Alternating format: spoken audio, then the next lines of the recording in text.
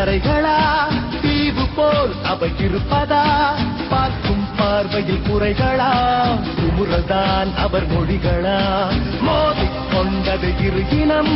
நீதியை தேடி அலைந்திடும் பாதிப்பென்ன பலனென்ன